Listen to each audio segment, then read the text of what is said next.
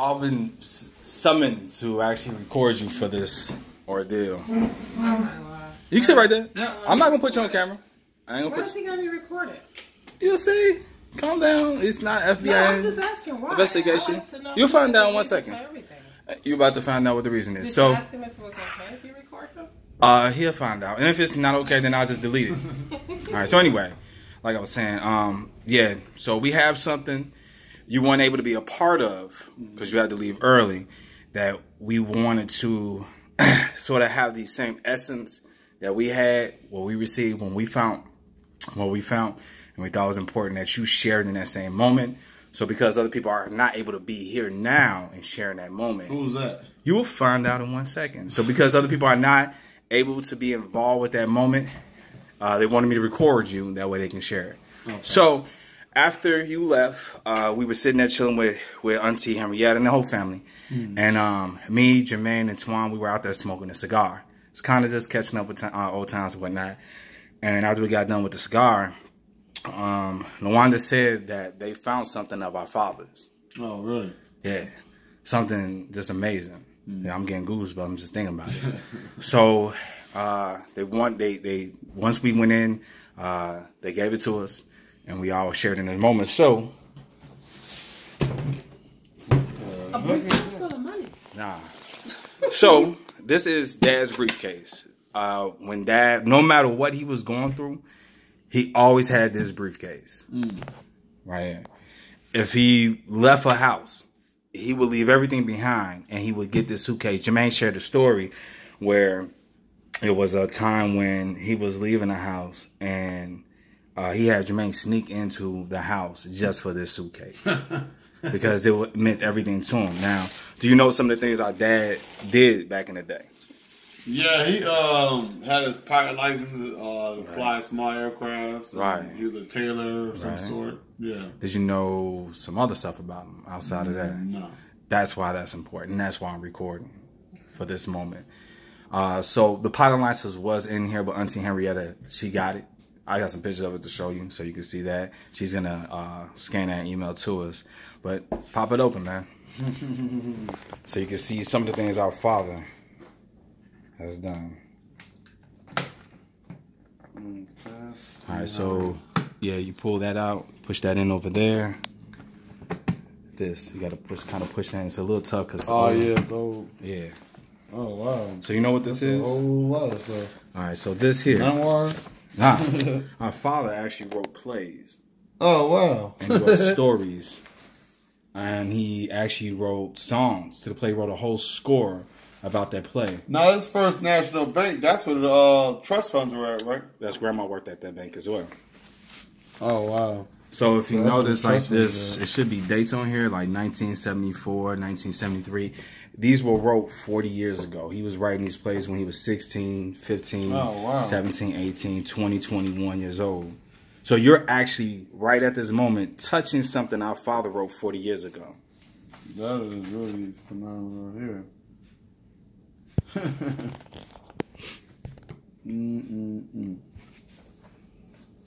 Yeah, it's definitely a blast in the past. So I'm scanning the stuff now. We are actually founding a company. We were thinking about the names, but we didn't share any of that with him because we want him here so he can be a part of every process that we're going through. Okay. So we have all the brothers. We're going to talk to Antoine and Devon as well because we want... He got Kenny Murphy's number. We want this to be about the entire prior. So we think about names. We want to include you on the naming process of what we're going to name the company. I'm buying the company. I already talked to an attorney about how to protect his intellectual rights, how to go about doing it because we're his estate, how to go about doing that. We don't know if the writing's good. We don't know if the writing's bad. But we wanted to make sure we could protect those rights. And we wanted to make sure each one of us can actually have a piece of what our father had created. Yeah, it's a lot of stuff here. That's a big briefcase of stuff. So you'll see different things, receipts that, you know, for furniture he bought, titles of cars that he owned, all type of different stuff. Yeah. But we wanted you to physically feel it because you weren't able to be there when we went through it. Think that's a title to a car? Yeah, the gremlin. Yeah. Wow. Yeah, that's a whole lot of stuff here. And one thing about it, he's very well organized. He's very well organized. And that's amazing that all this stuff that he can be held, you know, and be fresh, right? It was in grandma's garage. Well, you know, floods and all that happened. Some stuff did get damaged because, you know, it wasn't a airtight or waterproof briefcase. Yeah, so, you can definitely. So like over here in this little area, and then there was some more a little bit further down there that got water damage as well. So all these are all the scripts. This is actually, you know, when you're looking at it, this is his handwriting. Yeah. And these are all, these are different scripts. So I've been going, I went through the one that you got over there. I'm going to email you that because I actually scanned each one of those papers over there and emailed it to Jermaine and Twan already. So I'm going to email it so you can go through and you kind of see the stories that he was creating or whatnot. See how the water damage got here? So we would have to actually go through there. I'm looking at some software now that can transfer written script to like PDF form or text format. Yeah. So it'd be a little bit more easier to read. Definitely laminate. And what was back then? Integrity of the document. Right. Yeah. So this here, I already scanned. I'm laminating each one of these. I'm binding it. So I'm laminating the original. And then I'm going to actually get them all printed out, and I'm going to bind this, and then that way we all have an actual binded copy of his playwright. So, like, when you see these, and if, like, when hold this, here, open this up. Yeah. So. I don't even want to touch stuff because it's so fragile. No, it's not going to do that. So, you see how in here, these corrections. This was actually Auntie Henrietta's writing. So when Daddy would write the plays, Auntie Henrietta would go through and she would be his editor. She would edit through it. Right. She would go through and just go through the entire document, whatnot, and let him know, you know, these are your errors. And that way, when he was going to actually do the final copy or the final edit or whatnot, all this is already done for him. So Auntie Henrietta would do each one of his plays and all that stuff. When we were there was a song, I forgot the name of it, but that Daddy would work on, and Jermaine and Twan, he would have them singing the song. So they remembered, it was just crazy, but they recalled like when they were singing one of the songs Daddy had created. Wow. It was dope, man. It was a dope experience. Yeah. That's definitely very eye-opening stuff here. Yeah. And he had all financial documents and everything.